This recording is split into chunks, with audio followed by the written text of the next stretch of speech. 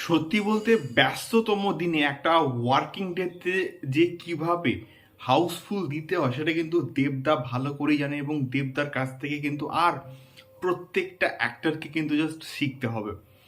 So hello guys, আমি Dipanka, welcome back to my channel Deep exclusive. So এখন আমি এই ভিডিওতে কথা বলবো আজকের প্রধানের হচ্ছে বক্স অফিসের রেসপন্সকে নিয়ে, এবং এই জাস্ট কিছুক্ষণ আগে কিন্তু দেবতার তরফ থেকে একটা পুরো হল মানে হাউসফুলের কিন্তু হল লিস্ট শেয়ার করা হয়েছে, এবং সেটা দেখে সত্যি বলতে আমি অবাক হয়ে গেছি যে মানুষটা যে ট্রেনটা যে মানে সৃষ্টি করেছিল এবং টনিক দিয়ে এবং প্রজাপতি দিয়ে, সেটা কন্টিনিউ হচ্ছে প্রধানের মাধ্যমে।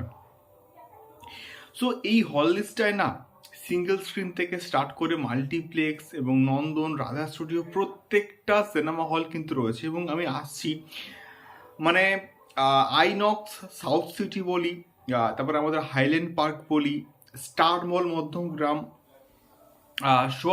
স্বভূমি, INOX, Acropolis Mall, Lake Mall এমন একটা জায়গা যেখানে জিদ্দার মানুষ বহুদিন কিন্তু মানে হাউসফুল শো দিয়েছে, এবং প্রত্যেকটা সিনেমায় লেক মলে কিন্তু ব্যাপক একটা পারফরমেন্স করে।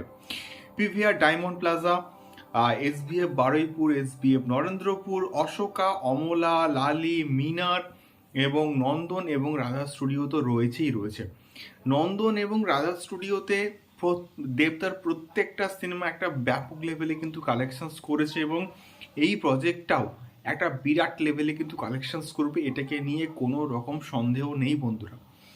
সো আমি প্রিভিয়াসলি একটা ভিডিওতে ডিসকাস করেছিলাম যে কেন প্রধান এবং কাবুলিওয়ালা একটা লং টার্মে বিজনেস করবে এবং লং টার্মে বক্স অফিসে রাজত্ব করবে, এবং এটা দেখার পর আমার জাস্ট এটা মনে হচ্ছে যে হল মালিকরা এবার এসআরকের মানে ডাঙ্কি এবং প্রভাসের সেলার এই দুটো শোকে নামিয়ে দিয়ে হয়তো সব শো প্রধান চালাতে পারে, এটাই আমার মনে হচ্ছে। এবং সবার নজর কিন্তু রয়েছে 31 ডিসেম্বর এবং 1 জানুয়ারির দিকে, এবং এই দুটো দিন প্রত্যেকটা সিনেমা কেমন ব্যবসা করে এটাই কিন্তু দেখার মতো বিষয়পত্র হবে। এবং গত বছর প্রজাপতি একটা হিউজ লেভেলে কিন্তু ব্যবসা করেছিল 31 ডিসেম্বর এবং 1 জানুয়ারি, এবং এবার তো সানডে এবং মানডে কিন্তু পড়েছে, দেখা যায় কেমন ব্যবসা করে। বাট এটা লম্বা রেসের যে ঘোড়া, এটাকে নিয়ে কিন্তু বন্ধুরা কোনো রকম সন্দেহ নেই।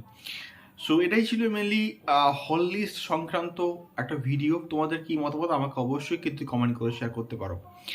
দেখা হচ্ছে পরবর্তী ভিডিওতে। টাটা।